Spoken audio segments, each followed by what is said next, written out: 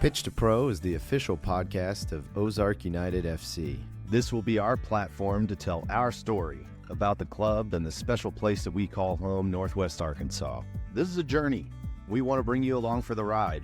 We'll share what's going on behind the curtain, help educate the community at large about soccer, our league, and give updates on the progress of the club along the way.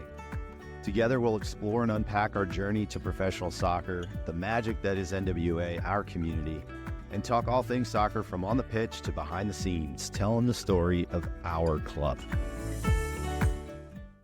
Pitch to Pro podcast is proudly sponsored by podcastvideos.com. Podcastvideos.com is Northwest Arkansas's premier podcast recording studio. Equipped with industry-leading equipment, the recording studio and services save you time, money, and hassle. They are dedicated to helping you create, record, and publish high-quality podcasts for your audience. Be sure to check them out today at podcastvideos.com. Hello, everybody, and welcome back to the Pitch to Pro podcast. I'm your host, Wes Harris, Managing Director for Ozark United FC, Northwest Arkansas's professional soccer club playing in the United Soccer League. I'm really excited about our episode today. I'm joined by Miss Natasha Brand and Miss Jenn Ramczyk, co-founders of Her Game 2 USA. We'll talk about that in a second, but it's an initiative focused on the advancement of women in soccer. To sum it up, there's a whole lot more underneath that, which we will get to. But ladies, thank you so much for joining me today. Thank you for having us. Yeah, thanks for having us. Absolutely. So before we jump into Her Game 2, I always start with this and always love to hear people's stories about how'd you guys find the game? How did you get involved in the game? What's your backgrounds? Where are you from? And just your background and how you found the game. Yeah. Go ahead, Natasha. Yeah, kind of strange for me because none of my family are really football supporters in England, so it was hard. But I guess everybody at school had a team. Okay. And so my local team is Norwich City, and then that wasn't good enough for my friends, so we all had to have a Premier League team. So it was Manchester United as well through school. No. Now we're really getting into it. I know. Now we're really fighting. You guys just have the right partnership here with Liverpool and Man U. I mean, you just really get the banter going all day. Not so much Man U when Alex Ferguson left, but die-hard, lifelong Norwich supporter still. And just there weren't really any options for playing as a kid in England for girls. So street ball, pick-up games, hanging out, watching the boys play, going to local games in town. We live in Thetford, so we had Thetford Town. Okay. Amateur league. Okay. Football. So, there wasn't really too much incentive to get in it because none of my family like it. Yeah. So mum and dad never took me to watch a game. It just grew through high school. Yeah. I guess. Wasn't allowed on the train to go to Norwich because I went to school in the 80s and we know how, hooliganism was. Yeah. For anybody that wants to understand what Natasha's talking about, just go watch the movie Green Street Hooligans. Yeah. You will understand. You will understand. Fantastic film. You should watch it anyway. But, well, that's so interesting. And remind people why were there no opportunities? And this is part of getting into Her Game 2 and the initiative. But remind people why there were no opportunities to play for girls in England at that time. I mean, it was just the men's game, and many of the professional teams at that point had just started having women play. So another thing in England is we didn't have soccer in school. Yeah. So that's the primary thing, that they were split between girls and boys sports. Very much so. So it was never, ever an opportunity for those of us growing up in small town England. Yeah. Yeah. And up until very recently, even, I mean, as far as history goes, right? So, and obviously things that, are part of what you guys and the initiative are trying to change, right? Yeah. It wasn't for girls. Yeah. According to boys. Well, I have, as a dad of daughters and with a sister and all of that, it's absolutely for girls. It's absolutely for girls. That's one of the things I actually love about soccer is it is the world's game. It is for everyone, full stop, period. Regardless of where you come from and all of that. So that's actually one of my favorite things about the sport and why I love it much. But That's awesome. I will always support Norwich unless they're playing Liverpool, because I actually followed them a little bit because of Josh Sargent. Exactly. We have our token American. Yeah, that's He's right. Great. He's great. And he's really found a home there, I think. He really has. And they've adopted him quite well as well. Right. Yeah. Yeah. We're winning now. He's back from injury. A few more goals up front. There's a few more. Yeah. Well, Jen, tell me a little bit about you. So I got into following soccer and the sport in high school. Went to all the boys' games, which is in the fall. And I have a twin sister, so we go together, and we got to know the coach, and he had us hop on the bus, and we got to go to the away games. So we were in part of like manager of the boys' team. And then when it came time for the girls' tryouts, which is in the spring, we tried out, both of us, and we both made the team. But I was only 1 year that I played, and my career was cut very short because of an injury. I got a girl stepped on me as I was turning, so it twisted my ankle, and that was done. But I was a winger, so I ran the whole length of the pitch, so ankles were quite important. So then it kind of became just sit back and watch and enjoy the game and really learn the technical side of things and what they're seeing. So my dad laughs because I'll even say, no, you need to pass to the right. And he sometimes gets frustrated, and other times he's like, how did you know that? But so I wish I could have played longer, but it kind of makes you, when you're forced offline, to do something differently. And then I started following the Premier League back in 1996, so it's been quite some years. And it was Liverpool from then on, so I've been a Liverpool supporter ever since. And I now voyage to my homeland every year, and that's been the last 5 years. So I love that. That's actually the year that I became a Liverpool supporter as well. So I love that. Just right after the big Champions League comeback. It was 2005. That's right. That's right. This conversation's going downhill. Yeah, 96 for me. UK Elite is a camp program that traveled up and down the eastern seaboard, and if you housed, they obviously had overhead. If they brought over, coaches from the UK to come, and a lot of them were either former academy players or academy coaches or whatever. And if you provided housing for them and, fed them and took care of them for the week, then they let your kids go for free. So you're pretty middle class. And my parents were like, yeah, we'll take two. Yeah. we have two boys that are old enough. We have two younger ones, but two boys that are old enough to go. Yeah. So the first time I did that, I was 8. And one of the coaches was from Liverpool and played in their academy and coached in their academy. Nice. And this was at the very start of like YouTube and internet videos. And he showed me a bunch of clips of Steven Gerrard and just Liverpool and the greats. And it spent just a ton of time training with us, and having fun, just kicking about in the yard after training and before training and stuff after the camps. And so from then on, I've been a Liverpool fan, obsessed, and I still keep in touch with it. So it's pretty fun. CBG and Peter Crouch were the reason I became a Liverpool fan, which is odd to say Peter Crouch because he played for Liverpool back then. And I really liked when he was playing for England during the World Cup and started tracing back, and he played for Liverpool, and so did Stevie. And I did my homework on what does Liverpool stand for, what team are they, and it just... Yeah. No, that's such a good story.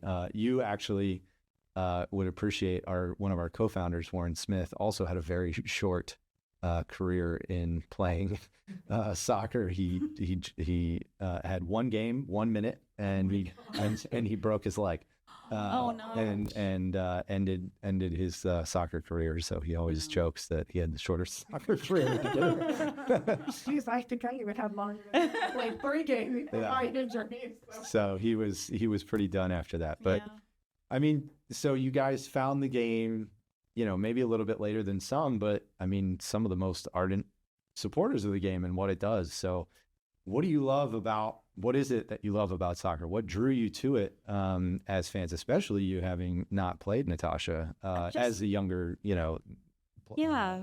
We just played on the street. So from as young as I can remember, playing out growing up was with a football. So it was always there. Even if your parents didn't support, it was just part of culture. Everybody played street ball. It was just normal growing up. So it's been as long as I can remember, and then starting to follow on TV. Yeah. And it happened after. So I didn't support Norwich until maybe middle school, high school. But playing was always. I can't remember a time that there wasn't, that me and my friends didn't play ball. Just outside. Yeah, we would just throw hoodies down on the green and outside our houses for goalposts and just play. That's the magic of it, and I love it. And I wish we need more of that in the U.S. in that culture, and it's getting there, but still a long way to go yet. We're very lucky here in Bentonville, Bella Vista, because Coach Scott at Sporting, we've had a lot of success with pickup games. And so the pickup games, which are open to everybody, is such a huge part. I mean, there was actually an interesting interview or a coach's session or something, I'm not sure, but it was actually from the Liverpool Academy. And they talked about the success of, they really wanted to understand what is the difference between the players that make it out of the academy and into the first team or on to another first team elsewhere, between them and the ones that don't, right? Because even once you're in the academy, you're part of the elite, but then there's more of them that don't make it, right? Yeah. Than do. And so they were like, well, we really want to understand this so we can replicate it. And they studied them. They studied what they ate, what they slept, what they read, for years. And Trent was a part of this, and others. And they actually found one common thread between all of them. And it wasn't, drive or determination or mental health or, whatever, right-footed or anything like that. It was number of minutes played pickup in their youth. Oh. That was the difference. And the players that had played the most pickup growing up actually were the ones, more often than not, that were the ones that was what they had in common, was how much they played pickup, which was just is so like anathema to the U.S. model. That's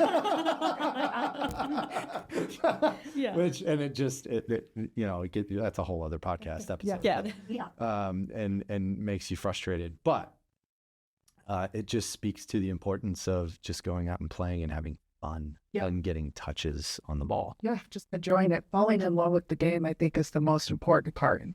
I love that. Starting them young to fall in love with the game that they follow through is, I think, where we're lacking, because we don't start kids, or we're putting too much pressure on the kid when they're young instead of letting them fall in love with it. It's, you got to win like now. You're a 3-year-old, but you got to win, of thing. Yeah. And that's where, so we're making them fall out of love with it instead of falling in love with it.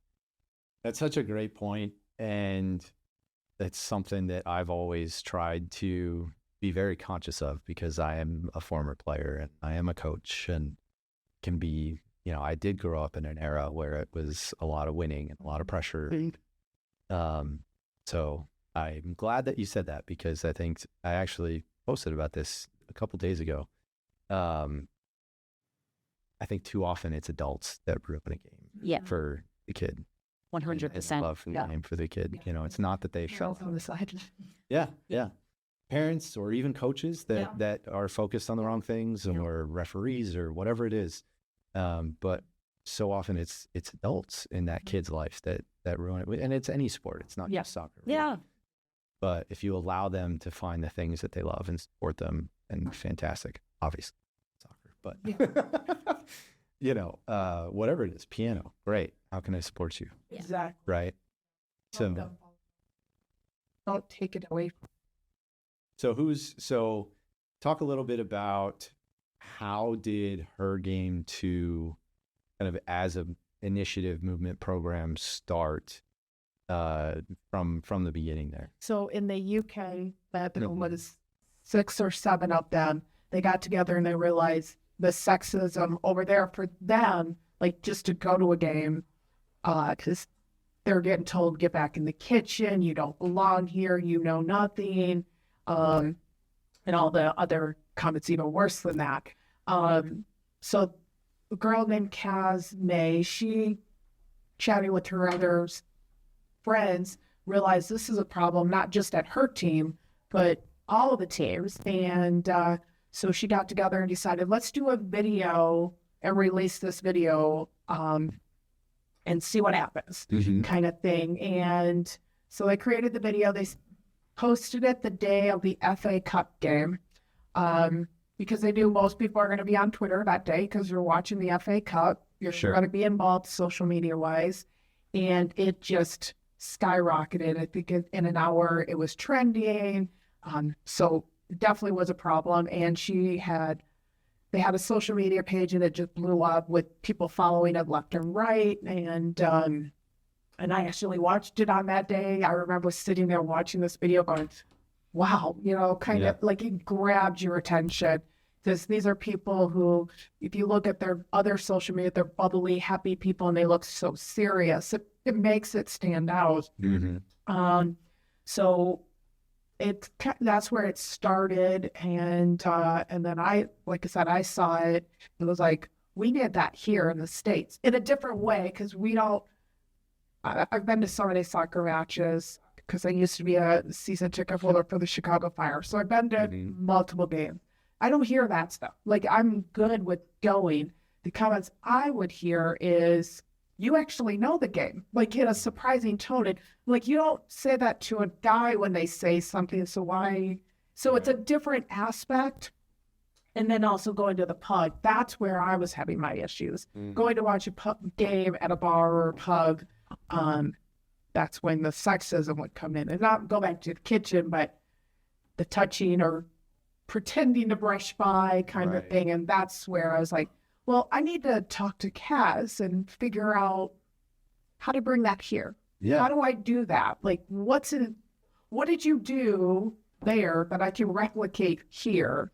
And so that's how it came to the States. I met with her, obviously not physically met with her. We FaceTimed with each other, and it was like an hour and a half conversation of just going over everything. And she was surprised it actually happened here in the States. She really thought because of us having the women's soccer and they're blowing up and how good they are, that everybody followed women and loved watching the women play.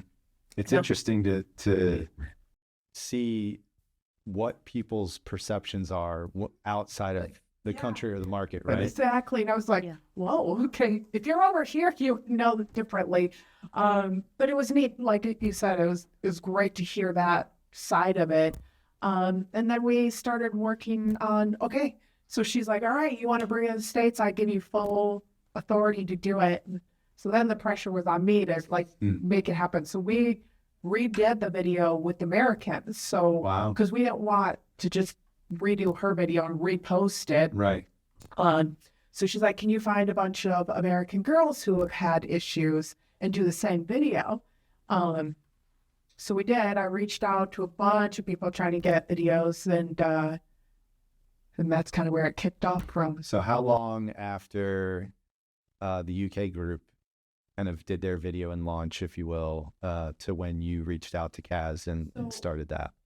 They launched, it was probably 5 months, 6 months before because it was more of it was a partly me, because I wanted to ask him right away. And then I'm like, so maybe it's not a problem here. Maybe it's just me. Like, so I started talking to my friends and kind of in my circle of people and going, do you suffer anything? Do you have a problem? What would you think? And I was even asking, because I am a part of a club up near Chicago, and I was asking the people there, what do you think if I brought this campaign here? What do you, because I'm not much of a leader per se, so this was a huge leap for me. So it was like, okay, what do I do here? And everyone's like, you need to do it. Do it. So it took me 5 months, and that's when I reached out to Caz. Leadership often finds people who aren't looking for it. Yeah, that's it. Good quote. And And then Jenn didn't find me. I reached out to Caz. Okay. About. That was going to be my next question. I love this. How did you two meet? Okay, so, Chicago, Arkansas. They got it together in 2021 in the UK, and then, like Jenn said, she was 5 to 6 months in, so it was getting towards the end of the year, and I had been following, and reached out to Caz. Hey, can we get started? Can we get something started like this over here? And she's like, funny, you should say that. I'm going to put you in touch with Jenn Ramczyk. She's already asked the same thing. And so by the time I got in contact with Jenn, she was in the video planning stage. And so there were six or seven. There were 6 girls. 6 girls. And then ended up being 7. Yeah. So it evolved pretty naturally into the lead team.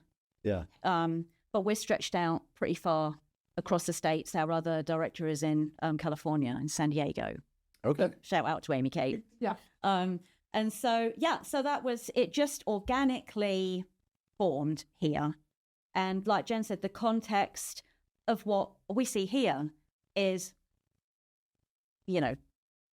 really different in comparison to what we're seeing in the UK. We deal with different things. So we're dealing with female referee abuse. This is a new thing that we've been dealing with here. The younger girls come in to speak. They don't know that there is an avenue of reporting, not to the state associations, not to their referee assigners. They don't realise there's an avenue. And so we've looked at a lot of different things than the UK. Theirs came in the first year. They spent very much focused on sexism in the stands. So female fans. But they've grown into so much more than that as well, with just the general equality topic of grassroots, getting young girls involved in the game, role models, everything from staff, referees, female coaches, players. It's exponentially grown in the UK. And we're finding that it's been a tougher job launching here because we're 5 times the population. The country is so huge. There's 3 directors across the country. We're trying to focus primarily this year on our areas to grow out, but it's taken us a lot longer. So they have seen in the UK massive success very quickly. 74 out of 92 professional clubs partnered already. We have 10 currently, but they are, again, going back to the contrast of it, there are way more female fans ready to step up and be an ambassador for their club. And that is an area that we're having trouble with here. We would like to have a club ambassador and then the club come on board. Gotcha. And it's the communication here. We're such a large country. We're so spread out, trying to connect with, more female fans from teams that are hours and hours away.